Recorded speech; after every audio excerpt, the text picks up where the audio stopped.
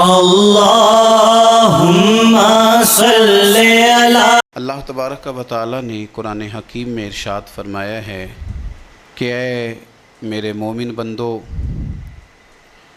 زندگی میں جب تمہیں مشکلات گھیر لیں، آزمائشیں چاروں طرف سے تمہارا گھیراؤ کریں، تو اس موقع پر اگر تم چاہو کہ کوئی چیز تمہاری مددگار بن جائے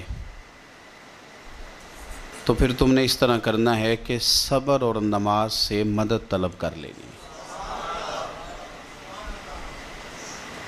یا ایھا الذین آمنوا استعینوا بالصبر والصلاۃ، اے ایمان والو صبر اور نماز سے استعانت کرو، مدد مانگو۔ ان اللہ مع الصابرین، بے شک اللہ صبر کرنے والوں کے ساتھ ہے۔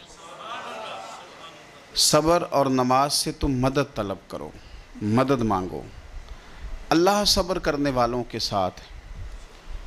ایسا نہیں ہو سکتا کہ زندگی میں انسان کو مشکل نہ آئے، یہ ممکن نہیں۔ لیکن ہوتا یہ ہے کہ لوگ مشکلات کے آنے پر اس طرح کا رویہ اپناتے ہیں کہ مشکلات بڑھ جاتی ہیں۔ مشکل کے آنے پر جو آدمی بیمار ہو گیا تو اس نے مشکل کو اور مشکل بنا لیا۔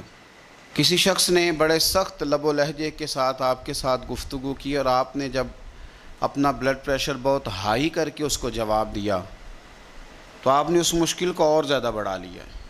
اگر زندگی میں صبر آ جائے، حوصلہ آ جائے اور انسان کو یہ بات نصیب ہو جائے کہ اس نے جو کام کرنا ہے صبر کے ساتھ کرنا ہے، تو اس دنیا کے اندر سفر کرنے کے لیے، زندگی گزارنے کے لیے جو بہترین سواری ہے وہ صبر ہے۔ یہ ایک بہترین سواری ہے۔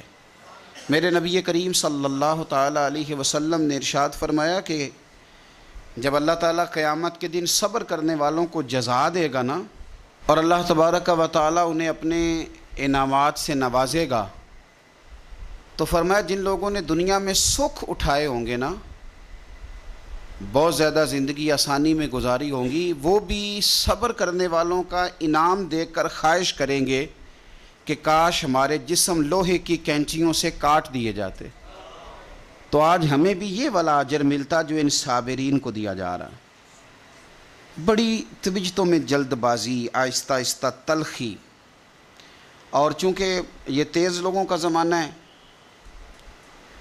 تو بہت سارے لوگ جب تیزی دکھاتے ہیں، زندگی میں حوصلہ نہیں ہوتا، تو وہ کئی دفعہ نہ بیچارے اپنی ہی تیزی میں الجھ جاتے ہیں۔ کچھ دوست کئی دفعہ آ کے پوچھتے ہیں، کہتے ہیں بڑی مشکل ہے، بڑی مشکل ہے، تو آپ بتائیں کہ کیا کریں؟ تو میں کہا کرتا ہوں کہ آج کل جو مشکلات ہیں نا، آپ نے یہ مہربانی فرمانی ہے کہ کوئی نیا پروگرام نہیں بنانا، کوئی نئی اسکیم نہیں لڑانی مشکل سے نکلنے کے لیے۔ ایسا نہ ہو کہ آپ اور مشکل میں الجھ جائیں۔ آپ اللہ تبارک و تعالیٰ پہ بھروسہ کریں اور اپنی زندگی حوصلے کے ساتھ، صبر کے ساتھ گزاریں، اطمینان کے ساتھ، اور جد و جہد کرتے رہیں، کوشش کرتے رہیں، ہمت نہیں ہاریں۔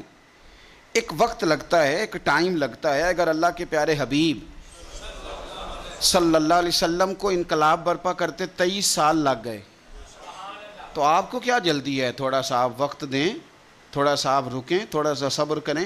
میرے رسول کریم صلی اللہ علیہ وسلم نے صبر کا ہمیں پیغام دیا۔ اپنی زندگی کو اگر آپ صبر نہیں کریں گے تو زندگی بے چین ہو جائے گی، زندگی بے قرار ہو جائے گی، زندگی میں تکلف آ جائے گا۔ زندگی کے اندر میں بہت سارے دوستوں کو دیکھتا ہوں کہ ایک مفت کی بے چینی، اپنا تعارف کرانے کی بے چینی، اپنا نام بنانے کی بے چینی، اپنا ظاہر کرنے کی بے چینی، اپنی کوئی کہانی سنانے کی بے چینی، یہ ساری بے چینیاں ہیں۔ آپ کچھ کام کریں زندگی میں اور حوصلے کے ساتھ کریں، اور پھر تھوڑا ٹائم دیں۔ ایک وقت آئے گا رب کریم آپ کو خود ہی عزت عطا فرما دے گا، اللہ تعالیٰ خود ہی آپ کو شہرت بھی عطا کر دے۔ آپ کو کہیں منظور نظر ہونا ہے، فرنٹ سیٹ پہ آنا ہے تو ٹائم لگے گا۔ کچھ کر کے آئیں گے تو آپ کو بھی مزہ آئے گا، کچھ کر کے آئیں گے تو آپ کو بھی پتہ چلے گا کہ نہیں میں کسی وجہ سے آیا ہوں۔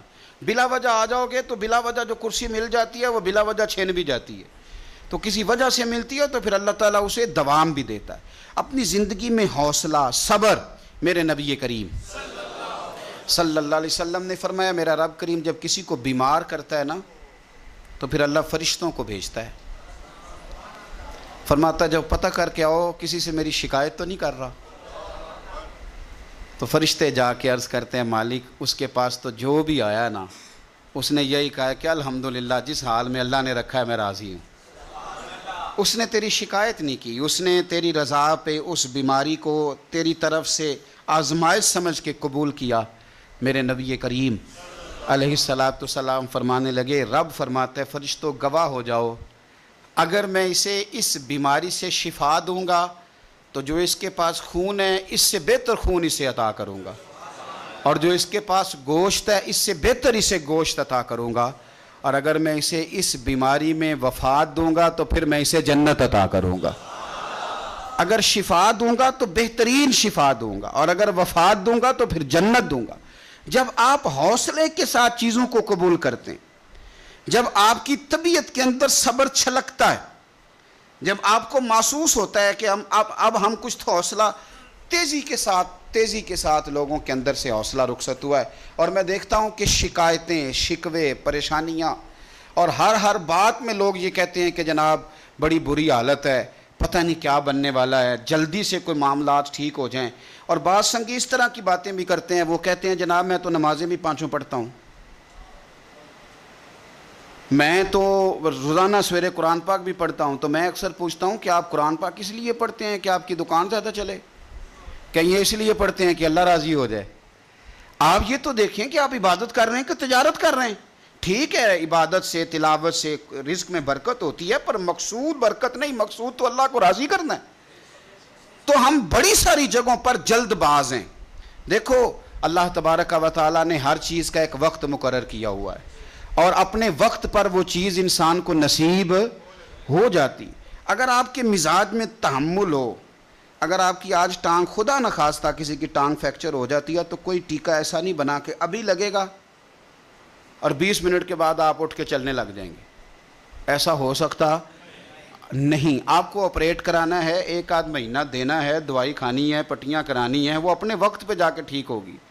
پھر بھی آپ کو نارمل چلنے پھرنے کے لیے ٹائم دینا پڑے گا۔ کوئی بھی چیز ہے وہ ٹائم لیتی ہے، ہمیں جلدی بڑی ہے۔ میرے نبی کریم صلی اللہ تعالیٰ علیہ وآلہ وسلم نے ارشاد فرمایا کچھ لوگ ایسے ہوں گے قیامت کے دن کہ اللہ تعالیٰ کی طرف سے منادی ہوگی، اس کو امام غزالی نے احیاء العلوم میں لکھا ہے، منادی ہوگی کہ فضیلت والے لوگ کدھر ہیں؟ فرشتے پوچھیں گے فضیلت والے لوگ کدھر ہیں؟ تھوڑے سے لوگ ہوں گے جو جلدی جلدی سے اٹھیں گے اور وہ جنت کی طرف جانے لگیں گے، تو فرشتے ان سے پوچھیں گے بھئی تم فضیلت والے بھی ہو اور جلدی جلدی جنت میں جا رہے ہو، تو بتاؤ تو صحیح تم اصل میں ہو کون؟ تو وہ کہیں گے ہم وہ لوگ ہیں جن پر ظلم کیا جاتا تھا تو ہم صبر کرتے تھے، اور اگر کوئی تکلیف دیتا تھا تو ہم اسے معاف کر دیتے تھے، اور اگر کوئی جہالت کرتا تھا تو ہم جواب میں بردباری کرتے تھے۔ بس اس کی برکت سے اللہ نے فضیلت والے بھی بنا دیا ہے اور جنت بھی عطا کی جا رہی ہے۔ تو اگر آپ میں نہ درگزر ہے نہ حوصلہ ہے، دیکھیں مفسرین کرام نے اور سیرت نگاروں نے ایک بحث چھیڑی ہے کہ اللہ تعالیٰ نے فتح مکہ پہ غلبہ میرے نبی کریم علیہ السلام کو عطا فرمایا۔ مفسرین کہتے ہیں کہ بتاؤ اگر غلبہ اہل مکہ کو ہوتا تو پھر وہ کیا کرتے؟ اگر خدا نہ خواستہ ان کی طرف معاملات جاتے تو کیا حال ہوتا؟ اب حضور آئے ہیں مکہ مکرمہ کے اندر فاتح بن کے، کئی دفعہ نہ سکھ بھول جاتے ہیں، دکھ نہیں بھولتے۔ کسی کمرے سے آپ ڈر گئے ہو نا کسی وقت، تو آپ دوبارہ جب بھی اس کمرے میں جائیں وہ ایک چھوٹا سا خوف ضرور محسوس ہوتا ہے۔ کسی بندے نے تلخ بات کی ہو نا تو وہ پوری طرح بندہ اس کو بھلا نہیں سکتا، کبھی نہ کبھی وہ بات دوبارہ یاد، وہ بندہ سامنے آئے یا وہ مقام ہی سامنے آئے۔ تو اہل مکہ نے تو کوئی کسر نہیں چھوڑی تھی، قریش نے رعد کر دی تھی۔ اب سرکار گھوڑے پہ بیٹھے ہیں اور سارے ہاتھ باندھے سامنے کھڑے ہیں، تو ساری چیزیں میرے نبی پاک کے سامنے، لیکن ذرا میرے محبوب کا صبر دیکھنا۔ پوچھا جا رہا ہے کہ یا رسول اللہ اب آپ کیا سلوک کریں گے؟ تو حضور نے کیا فرمایا؟ فرمایا وہ سلوک کروں گا جو جناب یوسف نے اپنے بھائیوں کے ساتھ کیا تھا۔ حضرت یوسف نے کیا سلوک کیا تھا؟ جناب یوسف علیہ السلام کے بھائیوں نے تھپڑ بھی مارے، کنویں میں بھی پھینکا، بیچ بھی دیا، بڑا مشکل کام ہوتا ہے بک جانا۔ کسی شہزادے کی بولی لگے مصر کے بازار میں،